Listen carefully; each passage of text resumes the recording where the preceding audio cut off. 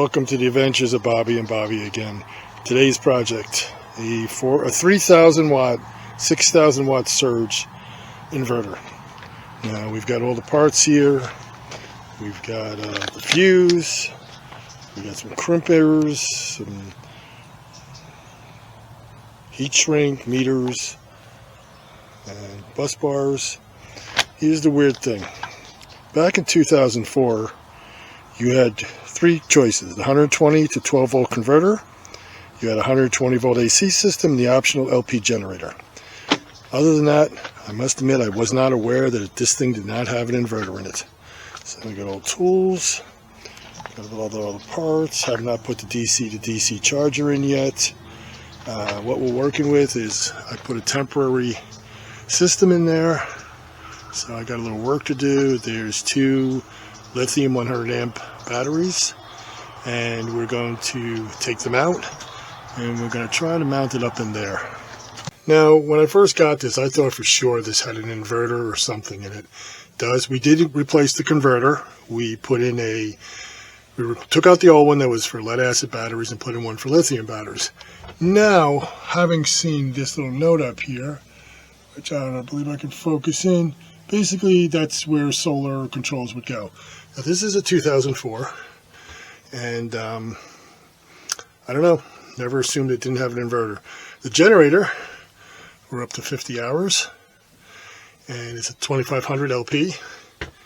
So what we're going to get started with is somehow behind that mess, there's our temporary relocation of our water pump. There is our transfer switch, the converter. The new converter is down there.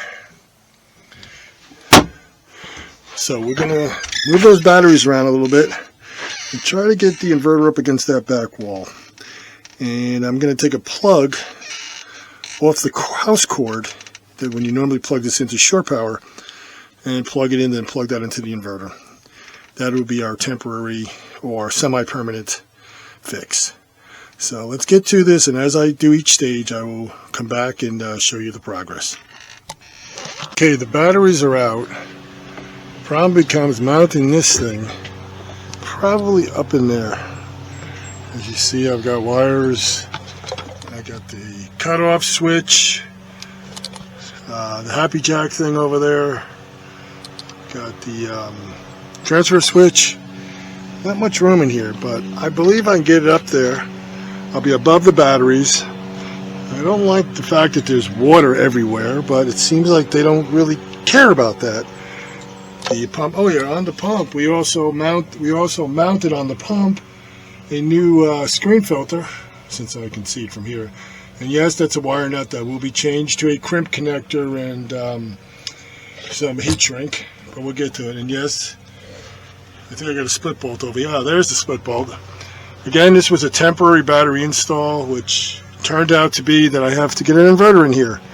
So let's see what we can do as far as making it fit. So hold on, and I will be back shortly. Hopefully have this mounted on the wall and start moving things around. Okay, it's mounted on the wall. Still got to get the fuse block, some of the bus work. Gonna have to move a bunch of these wires around. I don't know. It's slowly fitting in there. And there's your battery switch over there. It's got bonding. I'm assuming that would go through the happy jack down to the chassis of the truck. And on the front of it, it's got two outlets, and it's got a meter and everything. It's got a remote to shut it on and off. And let's keep going with it, and I'll be back. Okay, back again. We've got the fuse in. Where is it? There it is. And we also have the bus bar. There's the fuse. And the wiring in for the positive side is pretty much complete. Somehow I'm going to have to make room for the negative side. It seems just not to have that much room down here. It's just very tight. But otherwise, it's going together pretty smoothly. And next couple months, we'll add solar and a DC to DC charger. But right now, this is what we'll have to do. I'll be back shortly with some more updates. Okay, back again. So the bus bar for positive, bus bar over there for negative, fuse is in, leads are in. Kind of doubled it up. I'm a little shy on wire size for what I want to do, so I've got 2 leads coming off this one and 2 leads coming off that one. Got the charging from the converter going and then to the inverter, house power, generator power. Now it's just a matter of putting the batteries in and putting in the on-off switch, which is just like a phone connection. Put these covers back on. I'll jump back in a second with this closed up. I'll be right back. Okay, here we are back again, and everything is in. Covers are on, cables are ready. Just got to plop the batteries in and give it a test. And as you know, we're missing solar and we're missing the DC to DC charger, which I have, the DC to DC charger. Just don't have time this trip. We need to do a full renovation.